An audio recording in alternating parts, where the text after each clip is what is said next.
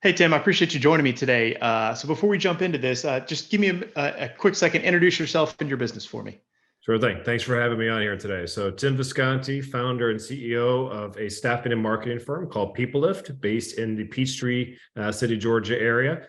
We operate in 6 different states and 12 different markets, serving the manufacturing, industrial, supply chain, and uh, basic engineering space as well. Beautiful. So what exactly does PeopleLift do, and for how long have you been running the company?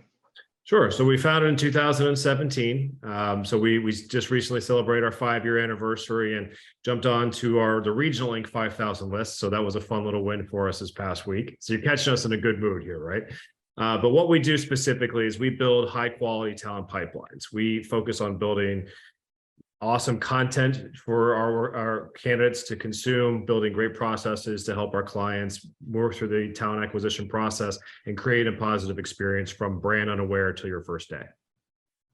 Perfect, perfect. So what are your goals for the company? Where do you want to take it long term?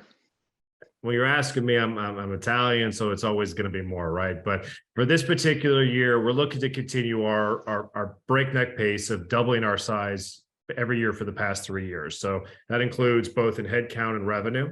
We're looking to expand our operations and to be able to support South American organizations here as well. So we've got offices in Atlanta, in Pennsylvania, Pittsburgh area in Pennsylvania. We also have offices in Puerto Rico. So potentially looking at expansion into Central and South America this year. But big wins are supporting our local communities and local businesses here in the Fayette area.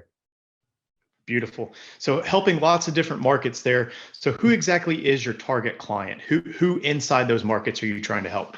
Sure. So when you see a hiring sign or please come apply or we'll hire you on the spot, that is our ideal customers. So organizations that are struggling to identify, attract, and engage talent to get them to enter into their talent funnel. And they can be one-off positions in retail environments, or they can be high volume, consistent roles in manufacturing environments. We've typically found our biggest success usually in that early career to the second stage career range being 15 to about $25, $26 an hour. So if that's in your range, what you're paying, and you're looking to fill a position here today, we have a service for you. Perfect. So you've got a little unique experience. You had a year or two running this thing before COVID hit and then went through the pandemic. So in that process, what are some mistakes that you made or a lesson that you've learned that other entrepreneurs could learn from, regardless of their industry? How much time do you have? I mean, I don't know if we can put it all into one. I think the biggest thing is that I went from spending 15 years helping organizations convert from print to digital, working for Silicon Valley 6 media companies, to now supporting organizations that are trying to hire in that, again, that $15 to $25 an hour range. Very different market, very different customer base. So the biggest lesson is just the agility and the adaptability, is that you go from one area for most of your life to now having to learn a different industry. You gotta put on your learning hat real quick and check your ego at the door, because you have to learn and grow to understand a different consumer base and different patterns. But as for the mistakes to avoid, the biggest one is always kind of getting too far ahead of yourself. So what I mean by that is take your time. My dog is giving you a little bit of too much background. Total agreement there. Take your time. Make sure you don't get too far over your skis, meaning as you're building your plans, your investment tracks, to make sure that you're adequately preparing for those situations that can arise and pop out of nowhere, meaning the COVID events, the black swan events that happen in business. Absolutely. Absolutely. So in making that shift and learning some of those lessons, did you have a great coach or great mentor that stands out? And why would you say that person? Sure. I've got a suite of them. I think it's one of the most important things to really look at. So some folks will call it a board. I call it my group of folks that just like me long enough to keep giving me advice over time.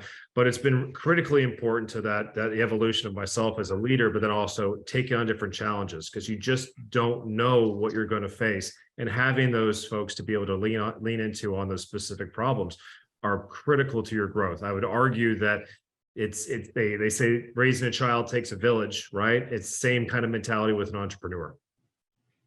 Absolutely. So Obviously, you've grown fairly quickly here over the past several years, doubling in size fairly frequently. What does the future look like? Are there any challenges you see as you continue to scale up?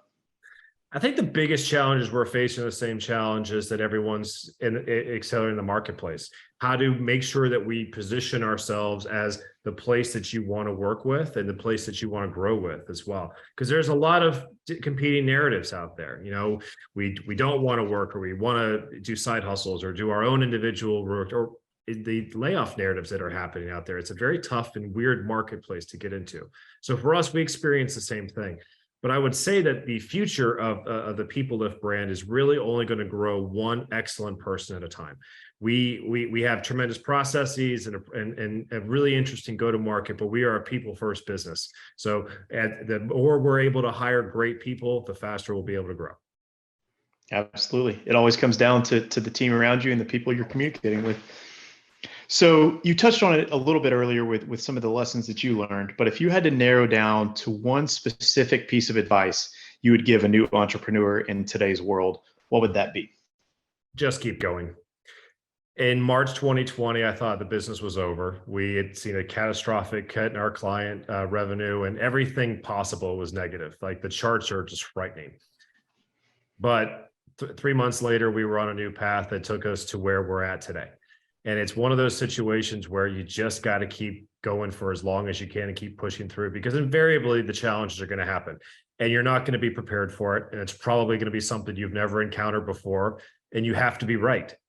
That's the entire burden of being an entrepreneur, is that you have to keep going from that perspective, because eventually, if you, with that mentality, you'll find, that open field, you'll find some blue ocean, if you will. And however many analogies I can bring into this, just keep going. Perfect. So obviously, in today's market, people are always looking to hire. You have a service that many businesses could benefit from, like right now. So what is the best way for them to connect with you or PeopleLift to learn more? Sure.